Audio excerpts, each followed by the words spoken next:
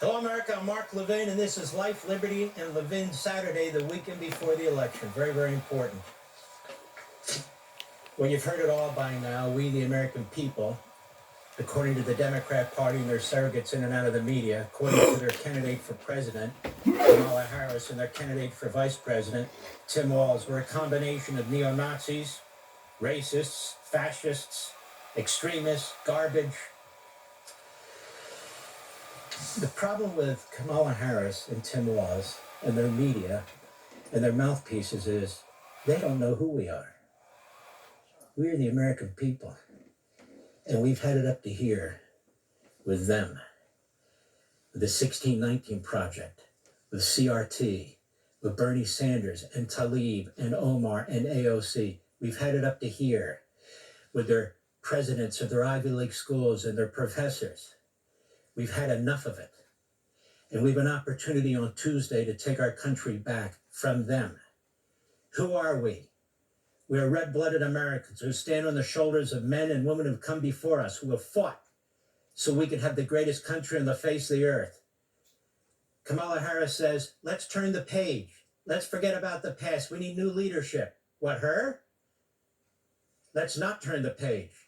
American history is vitally important so we know who we are. We know what our principled moorings are. We know about the Declaration and the Constitution. That's what we need to know, our history. So going forward, we use it as a guide star. As a guide star. Let me start this way. We had a Revolutionary War.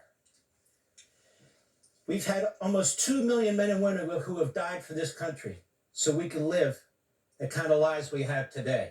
Not fundamental transformation, not economic socialism, not cultural Marxism, not open borders, not transgenders with other people, and on and on and on, this radical Democrat Party ideology. No.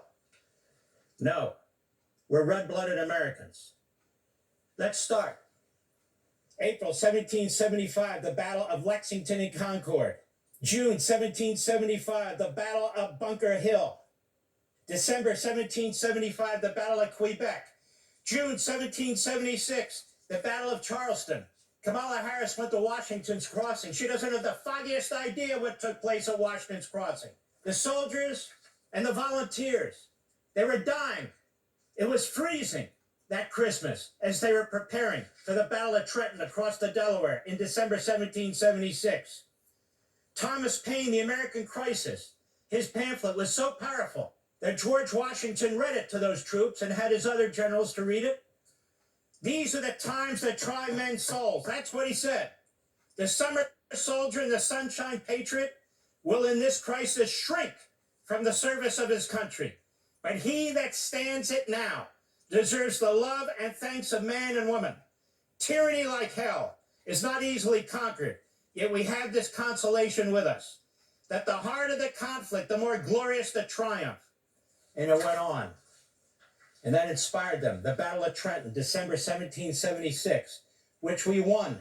The first battle we won. The Battle of Saratoga, October 1777. The Battle of Rhode Island, August 1778. October 1780, Kings Mountain. January 1781, Cowpens.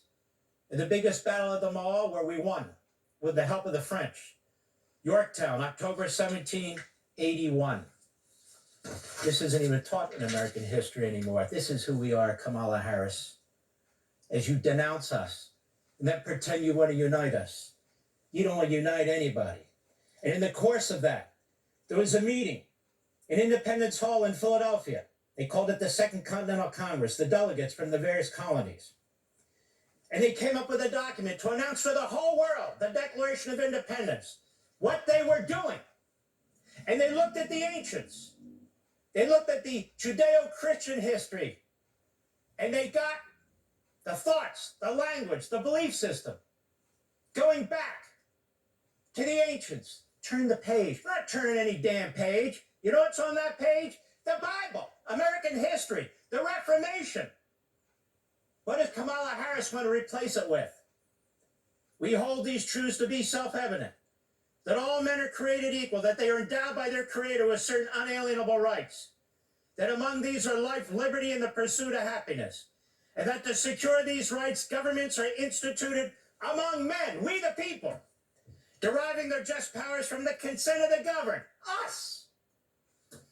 That whenever any form of government becomes destructive of these ends, it is the right of the people to alter or abolish it, or to throw them the hell out of office, and to institute new government, laying its foundation on such principles and organizing its powers in such form as to them shall seem most likely to affect their safety and happiness.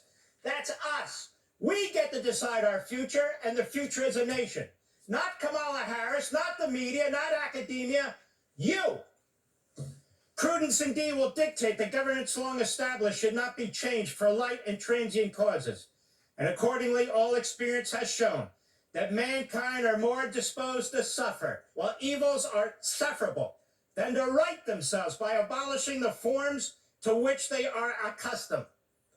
But when a long train of abuses and usurpations, pursuing invariably the same object, evinces a design to reduce them under absolute despotism, it is their right, it is their duty to throw off such government and to provide new guards for their future security. That's what this election's about, to throw out this government with this regime that is nothing but contempt for we the people. The revolution was fought by and for we the people. The Declaration enshrines what it was all about, for we the people. And then we have the Constitution of the United States. It doesn't promote democracy. Kamala Harris says democracy. That's not what it promotes. It promotes a civil society, a representative republic. We didn't have the French Revolution that promoted democracy and had 10 years of terror in the streets, off with their heads, a guillotine working 24/7. It was barbaric. Our revolution wasn't about overthrowing our society. It was about embracing our society. It was about overthrowing the government for representative government. That's the difference. Kamala Harris wants to overthrow our society. What do you think they mean when Obama, both of them, when Biden and Kamala Harris talk about the fundamental transformation of America? This revolution we had was not about the fundamental transformation of America. It was about having a government that represented the American people. The American people. And right now, we're under attack. I want to first talk about the Civil War.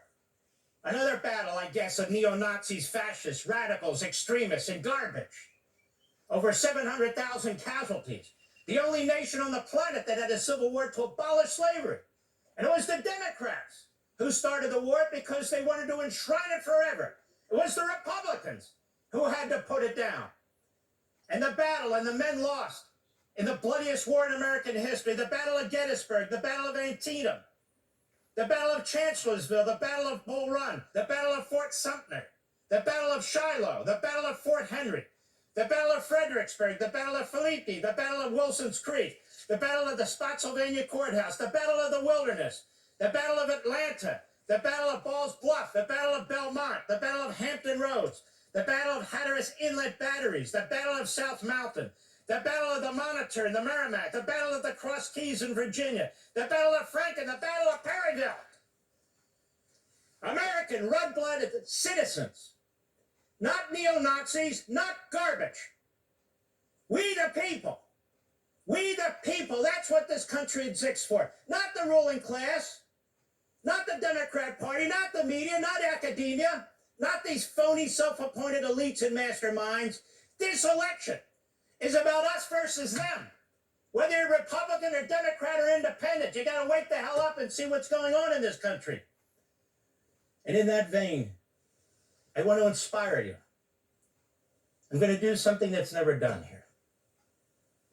I want to play a song for you. The Battle Hymn of the Republic. This is what we're voting for on Tuesday. The glory of America or the destruction of America. We don't want to turn a page. We don't dismiss our history. Our great founders and framers and the heroes. Almost 2 million men and women have died in battle across the globe for this country. No, we're not turning any damn page. The future, a new generation. The future of what? A new generation of who? That's what Marx used to say. Wipe the slate clean. Forget about your history. Forget about faith. Forget about parental rights. Forget about all of it. It's the future. The government will decide your future. It's too bad Kamala Harris is more Marx. They choose Ben Franklin. In the battles since the Civil War, obviously I can't name all of them. World War I was a hellacious war. World War II, unbelievable war. The Battle of the Bulge, the battles all through Europe, all through the Pacific, Guam, Iwo Jima, Okinawa, and on and on and on. Midway. Too many to name. Too many foxholes. Too many men dead. Their blood left in foreign soil. Normandy. Oh, the list goes on and on and on. The Korean War. The Vietnam War. The list goes on and on. The Iraq War. The war in Afghanistan. And I've missed many. I've missed more than I've mentioned. Kamala Harris and Tim Walz, you don't deserve to represent us. Neo-Nazis and fascists, garbage, the deplorables, how sickening. This country exists for us. We the people. We the people. And it even gets worse. Kamala Harris has made clear, Chuck Schumer's made clear, Hakeem Jeffries has made clear, the Democrat Party, which in so many ways has become an anti-American, if not un-American party, hates the Constitution, hates the men who wrote it, hates the men who ratified it. 1619 Project, CRT, a white supremacist society, the most beneficent society to every type of human being that's ever walked on the planet, regardless of race, ethnicity, creed. It's in our documents. What do they want to do? They want to take the great Constitution of the United States, the greatest governing document that's ever been written, and shred it. Why? You look at your Constitution, America. Look at it. What's the key to your Constitution? What's the key to what the framers did? What's the key to what John Locke and Montesquieu taught them, among others? Power needs to be addressed with power.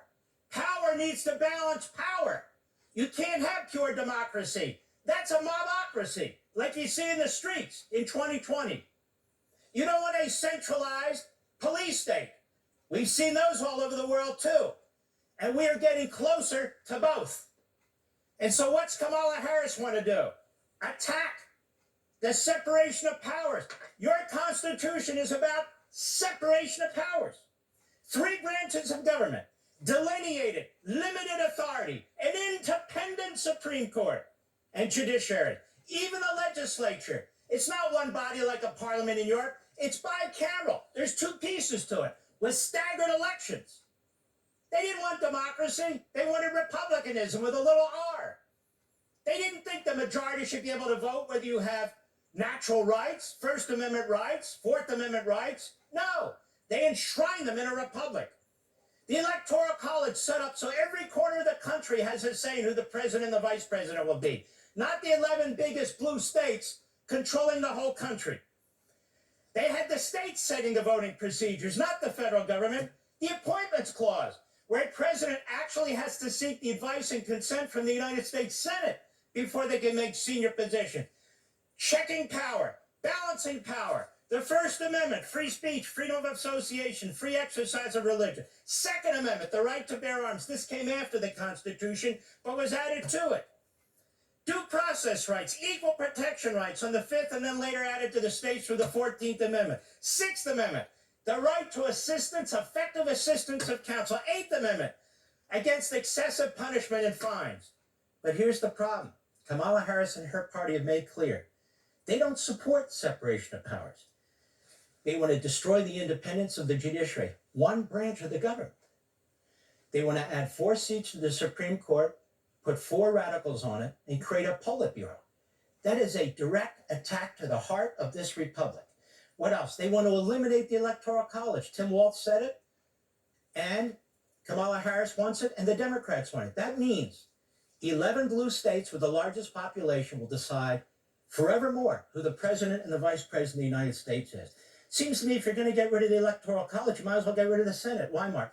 Well, what's this 2 senators from every state? 2 senators from Montana and Wyoming and Delaware and Rhode Island, and yet 2 senators for California and Florida and Texas and New York? That doesn't seem fair, does it? They want to destroy the whole system. They want to pass S1, the first bill they want to pass, which abolishes all state election laws. There would be no Constitution if the Constitution didn't protect the states in making their own voting systems. They want to take California's rules and impose it on every corner of the country, including yours. The Appointments Clause, they violated it because they want to put Donald Trump in prison. They attack free speech under the First Amendment, freedom of association under the First Amendment, the free exercise of religion. Oh, I'm sorry. If you have a conscious problem with performing an abortion, we'll put a gun to your head. You're going to perform that abortion whether you like it or not. They're looking for ways to eliminate the right to bear arms, due process and equal protection under the 5th and 14th Amendments. They don't support it. That's why they like what happened in the Manhattan courtroom against Donald Trump. Assistance of counsel, they don't believe in that. Their judges forced the lawyers for Donald Trump to testify against Donald Trump. The 8th Amendment, excessive fines, we know about what took place in New York. Ronald Reagan used to say, we have a destiny. Which direction are we going to choose? What kind of a destiny are we going to choose for our children and grandchildren? Are we going to, in one election, destroy the entire history and nature of this country by turning the page? Is that what we're going to do? Are we going to allow people to get elected to office who despise our founding, the heroes of our history, who despise the principles that underlay this country, and most of all, despise we the people? Could they not be clear? Are we not going to take steps and come out en masse on election day and put an end to this right now, once and for all? Are we going to be another failed government and republic, like all those that have failed before? I'll be right back. Welcome back, America. We have America's governor with us. I think it's important the Saturday before election that we do have America's governor with us. Dear friend of mine, Ron DeSantis. Governor DeSantis, as you look at this election, have you ever seen somebody less qualified, less articulate, and with less experience to be a nominee by a major party to even run for president of the United States as Kamala Harris? Well, Mark, when they airdropped her in, I told people, we who follow this, we knew she wasn't up to the job. We knew she was a vapid San Francisco leftist with a horrible record. But I cautioned people that the media would give her hundreds of millions of dollars worth of fawning press, and that she'd probably raise $1 billion and run ads to try to gaslight people into trying to convince them that she's something that she's not. Now, I think as she's had to give interviews, I think people have seen through this, and I think they realize that, one, she's way too liberal to be president of the United States. I mean, she was the most liberal senator when she was in the U.S. Senate. She was a San Francisco Democrat as both a district attorney and attorney general of California. And then even when she ran for president, she ran to the left of Bernie Sanders. But you also have the other issue of, could this be somebody that could be a leader, that could be commander in chief, that you'd have confidence in? And the answer to that is no. And I actually had a little dust up with her recently over these hurricanes, because we had a major hurricane come through, Hurricane Helene. And in the state of Florida, we take these very seriously. We do all hands on deck. It's very taxing. People work very hard from me on down, but we respond. And then we had another one come. And so we're spinning up, getting ready for that. And then I start reading in the media, Harris is mad that the governor hasn't called her. And then she was asked about it, and she said, I was being selfish and irresponsible by not calling her. My job was to protect the lives of the people of Florida and to protect the property and to make sure we have a swift response, not to worry about catering to her and her political campaign. And I have dealt with storms in this administration. She has never once called. She's never offered any support. She's never come to Florida to help people. It was only because she was taking heat because of the Helene response that when Milton was brewing, she tried to inject herself in. But what that showed me is, yes, I disagree with her on the issues, just as you do. But this is just not somebody that could be commander-in-chief. It's a very hateful and diabolical campaign she's running with the things that she's saying. You've been around a while. I've been around actually longer than you, I'm sorry to say. But that said, to introduce Nazis into this, to introduce Hitler into this, to call the American people garbage like Biden did, to call people who are getting together to rally behind Trump at Madison Square Garden neo-Nazis like 1939.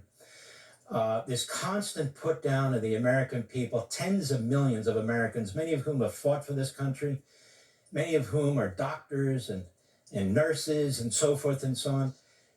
I mean, isn't this really a battle between the elitists in Washington, D.C., the Democrat Party, which has lost complete connection with the common man and woman in this country, and we, the people? Well, those Biden comments, it seems like it's almost a rite of passage for Democrat elites to denigrate people that disagree with him. I mean, President Obama said that people that disagreed with him were bitter clingers to their guns and religion. Hillary Clinton, of course, said that people supporting Donald Trump in 2016 were deplorables. And then more recently, now Joe Biden saying everybody is garbage. And he said that right at the same day Harris gives this speech on the Ellipse in Washington where she's trying to cast herself as a unifier. And then here comes old Joe blundering in and basically saying what they all believe. They believe if you dissent from their leftist agenda, that you are not worthy. They look down on you. They don't think that you should have a voice in the affairs of this country. And she is playing a dangerous game, Mark. You're right. When you're saying things like, it's not just an election where one candidate presents one vision, one presents another, but if their side doesn't win, then somehow democracy is going to end. She is sowing a lot of very dangerous things out there, and I think it's been a really bad campaign that she's run. I think she's gone very low, but I do think the American people have seen through it. You're so right, Governor. I mean, there's been 2 assassination attempts on President Trump. God knows if there's going to be more. And despite all that, the Hitler phrase, the fascist phrase, all these other things about him and his supporters, and your point is very important, which is, God willing, Donald Trump will win. Well, how is their side going to respond if they say he's Hitler and fascist and all his supporters are neo-Nazis? The Democrat Party has a history, despite their focus on January 6th, of enormous violence, whether it goes back to the Civil War, post-Civil War, even up to these days, 2020. It is a very, very violent party with a violent ideology. We'll be right back. Welcome back, America. We're here with Governor Ron DeSantis. Governor DeSantis, you have a few ballot initiatives in your own state. I just wish these other states would look at your state on how you conduct elections, like we used to conduct elections, where votes count, votes that shouldn't count don't count, and you have the totals there right for people to see. And then on election night, you actually have a result. But, you know, in Pennsylvania, in Phoenix, particularly in Arizona, in Michigan, apparently they're not up to it yet after, what, 200 and some years? Governor, you have I voted in your state, obviously I'm a resident of your state. You've got this amendment to the Constitution that would take marijuana and allow it to be recreational. And I voted no, and I'll tell you why I voted no. First of all, the stuff stinks. Secondly, it does have an effect on people's brains. Thirdly, I don't want people driving around in their cars with marijuana and their glazed over eyes and smacking into my car. And lastly, I don't think it should be so easily available to kids and my grandkids where there's social pressure to use it. So what is the benefit of this thing? Well, the reason why that got on the ballot, and I think it's important that people ask, how did this get on the ballot? It didn't just show up. It was sponsored by one mega weed company. The amendment was literally written by the CEO of the company. They have now poured in over $140 million to get this passed. And what you articulated about the potential harms are all valid. But the way this is written, it is written to enrich that company and their other basically mega weed corporations. So, for example, they're giving a constitutional right to possess and smoke marijuana, but only if you buy it from them. You will not be allowed to grow your own. They create a corporate cartel where they're effectively a monopoly. And get this, Mark, and this is not on the ballot. You have to read the actual language by pulling off the website. They're giving themselves total immunity from civil liability at all aspects of their business operations. This is like big pharma on steroids. In my view, because sometimes people say, hey, free state of Florida, why can't people do what they want? Well, look, I don't really care what people are doing in their own home, but this is not freedom because they're not letting you grow your own. They're forcing transactions from them. And then there's no limitation at all on public use of marijuana. So I think Floridians have the freedom to be able to walk down the street, go to a restaurant, go to a park, go to the beach without having marijuana smell everywhere. And they did not provide any protections to the public. So this is a horribly written amendment. It is solely the creation of one mega marijuana company who's spending $141 million. And here's the thing, Mark, election night, not only are we going to count the votes quickly, we'll declare Donald Trump probably at poll closing. It'll be obvious he won because 4 years ago, there were more Democrats in Florida than Republicans. Today, we've got 1.1 million more Republicans. We have super majorities in the Florida legislature. We've enacted a bold policy across the board on all issues, from economics to immigration to culture. And yet, these amendments, if you can flush 140 million in and make us California through the back door, then we're going to lose what we have. So I think this is a really bad amendment the way it was written. I don't think one company should be able to buy their way into Florida's constitution. So basically, it enriches one company and then immunizes them as a matter of law from litigation. That's ridiculous. Number two, and we only have about a minute, Governor, is this so-called abortion amendment. Do you want to address that quickly? They don't define any of the terms. They have no functional limits on when an abortion can be performed, which would make Florida one of the most radical jurisdictions in the world. And interestingly, it is a healthcare provider. Doesn't even have to be a doctor. Any healthcare provider can green light an abortion up till the moment of birth. It eliminates parental consent for minors. So in Florida, they can't give your kid a Tylenol without parental consent. They're taking parental consent away. And then finally, this will lead to taxpayer funding of abortion. These left-wing groups go in and sue. As soon as these things pass, they'll find a liberal judge in Florida, and that will likely be what happens. And so as people found out about this, support has cratered. I definitely think it's going to go down, but I would just urge everyone vote no on Amendment 4 in the state of Florida. Now, this is basically the Kamala Harris abortion position. Abortion on demand. It's infanticide. Abortion in the birth canal, that's not abortion. And you say no parental notification. This is the Democrat Party checklist, the Schumer checklist, and it doesn't codify Roe v. Wade. It codifies nothing that this nation's ever seen. Maybe it codifies something that goes on in North Korea, but certainly not in the United States. Governor Ron DeSantis, I want to thank you so much. God bless you, my friend. Thanks, Mark. We'll be right back. Welcome back, America. We're here with America's lawyer. He'd certainly be my lawyer if I needed a lawyer. Leo Terrell. He's a dear friend. He's a great guy. Leo Terrell, you spent, if not all, most of your life in California. You've lived through this DA Harris. You've lived through the Attorney General Harris. You've lived through Senator Harris. You've lived through Vice President Harris. You're an expert on Kamala Harris.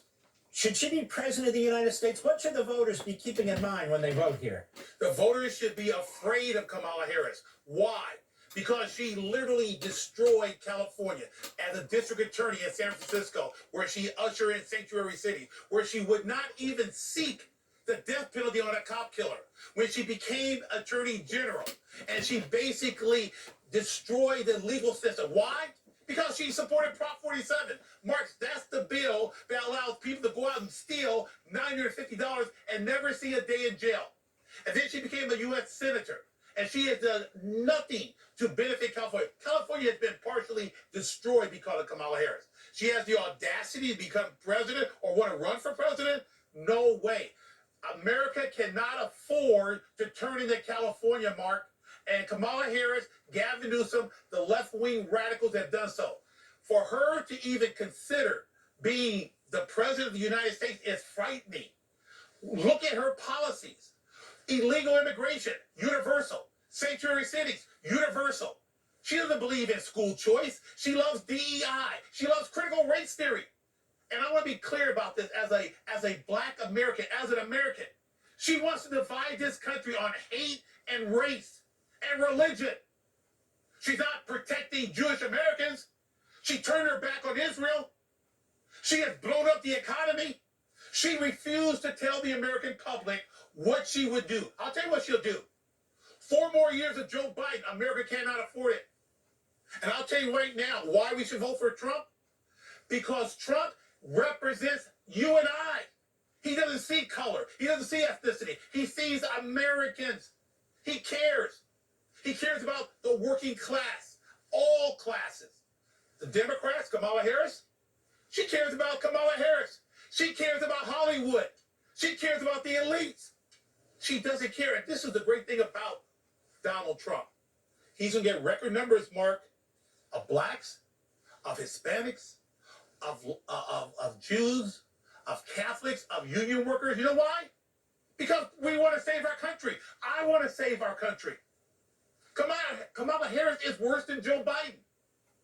And she knows it. Mm-hmm. And she refused to tell the American public what she would do. I will tell you what she'll do. Destroy this country. Destroy the Constitution. Dismantle the Supreme Court.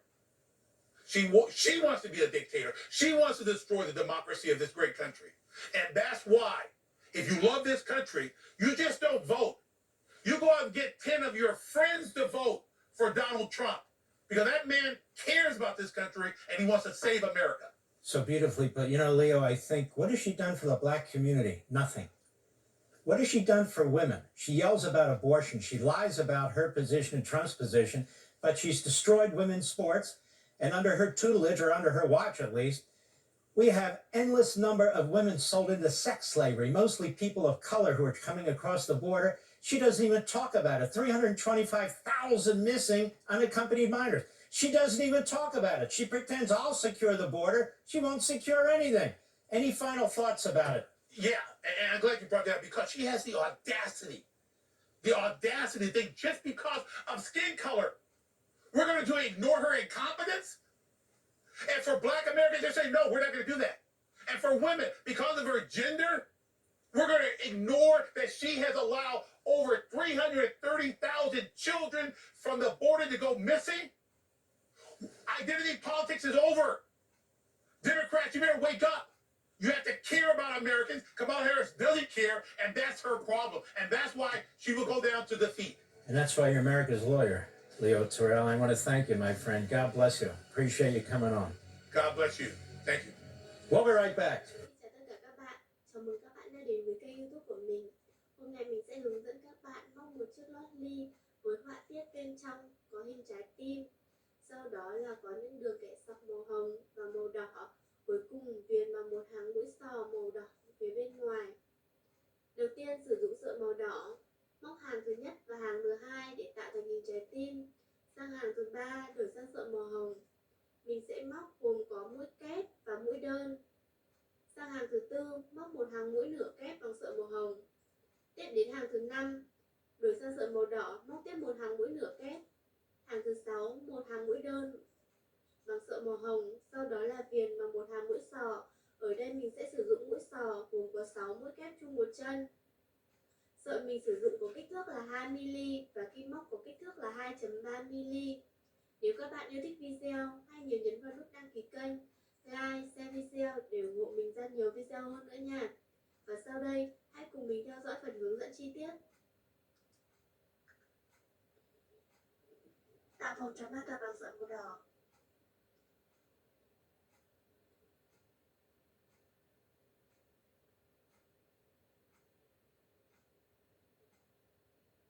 Móc 12 mũi nửa kép vào vòng tròn hoàn thuật.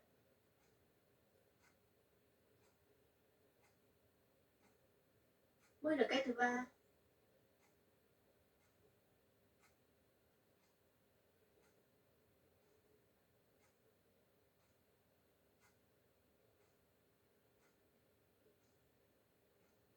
Mũi nửa kép thứ 6.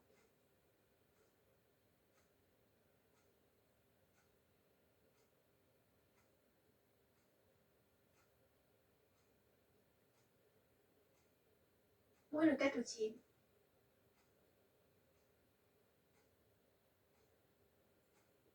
Mũi nửa kép thứ 12.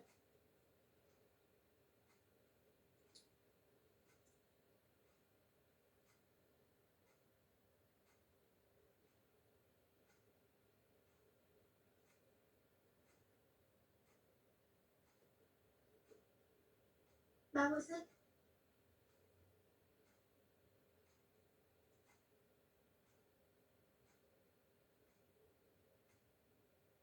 Hai mũi kép vào chung một chân.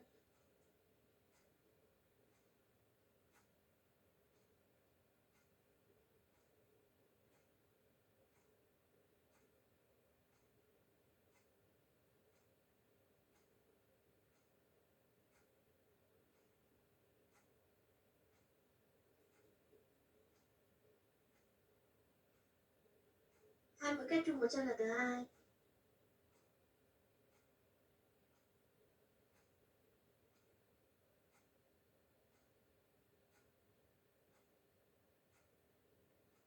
Ba lần 2 mũi kép vào chung một chân. Tiếp theo móc 2 mũi lửa kép vào chung một chân.